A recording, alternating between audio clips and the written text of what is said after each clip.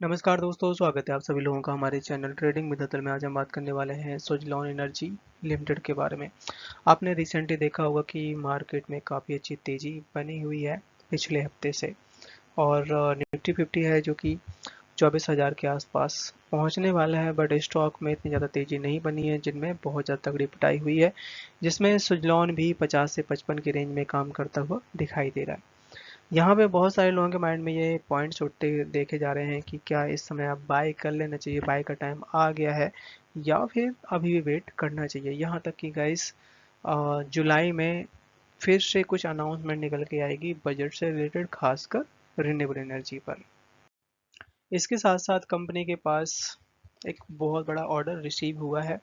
यहाँ तक कि कंपनी अपने न्यू इन्वेस्टर और जो उनके कंपनी में काम करने वाले लोग हैं उनको काफ़ी सस्ते रेट पे शेयर भी जारी करती हुई देखी जा रही है।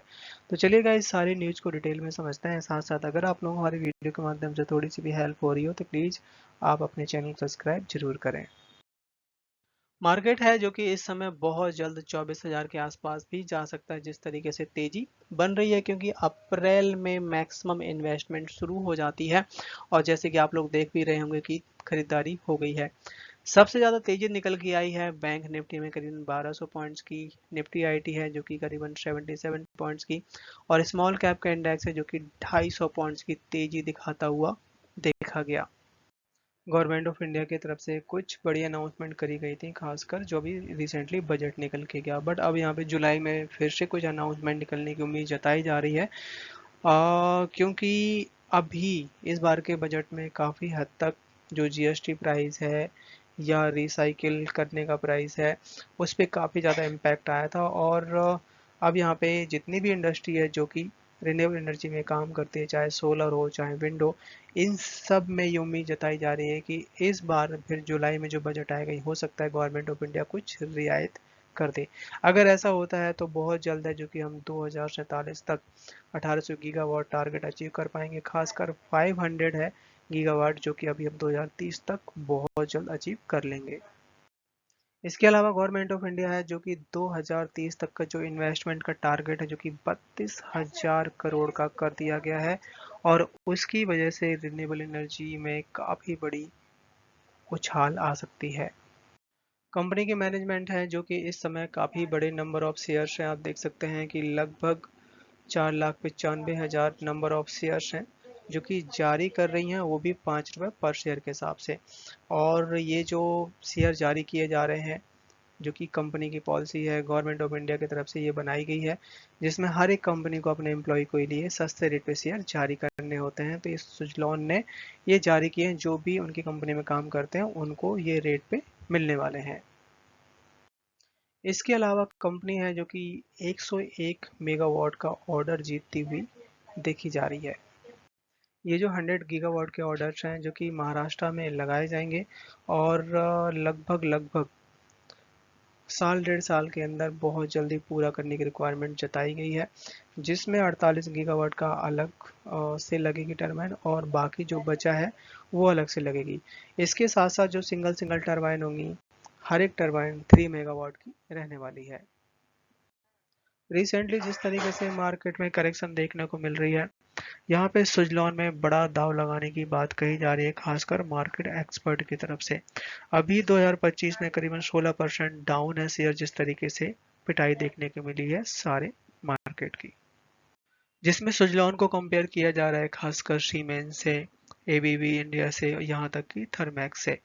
जिसमें मोतीलाल ओसवाल का कहना ये है कि इस समय सबसे बड़ी अच्छी जो पिक हो सकती है वो सुजलॉन इंडिया हो सकती है, जो कि काफ़ी अच्छे तरीके से ग्रो कर रही है 26% एनुअली बेसिस पे।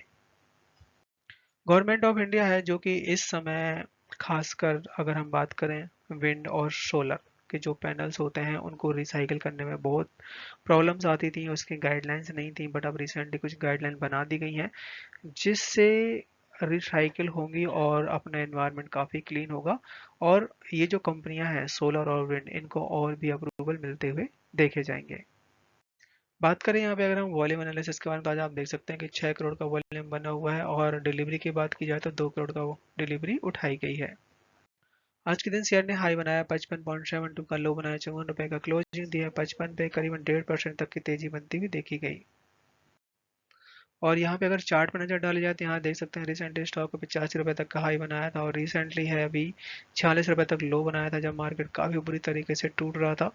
बट उसके बाद यहाँ पे काफी अच्छा उछाल भी देखने को मिला है, स्टॉक है जो कि 55 रुपए तक आ चुका है। अगर यहाँ पे स्टॉक 58 के ऊपर निकलता है तो 60 रुपए बहुत जल्द तेजी से भाग सकता है और ऊपर तरफ के लिए फिर से 80-85, बट आपको स्टॉप लॉस लगा के रखना है 42 रुपए का।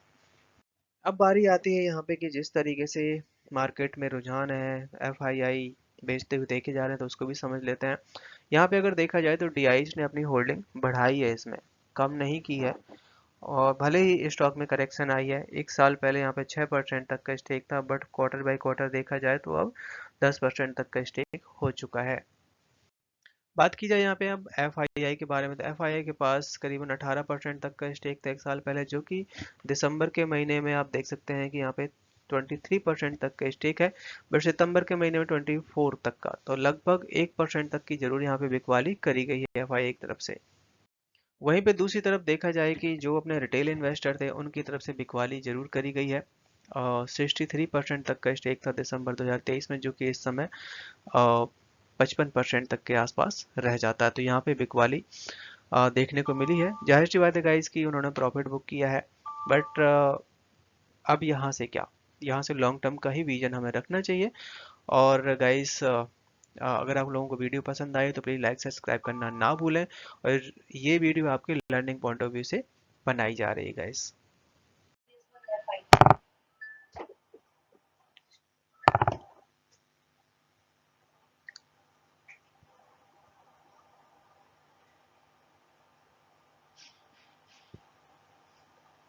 Five.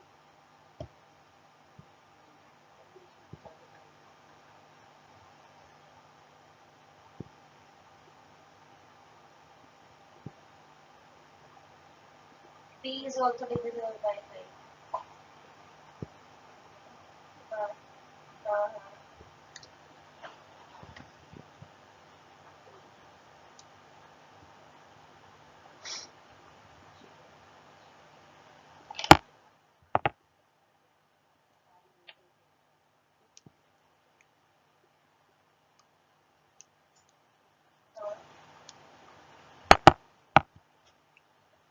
अब हम वैल्यू पुट कर देंगे,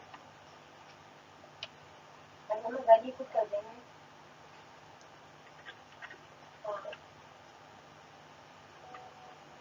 5c square is equal to 5 2 square नहीं हो जाएगा।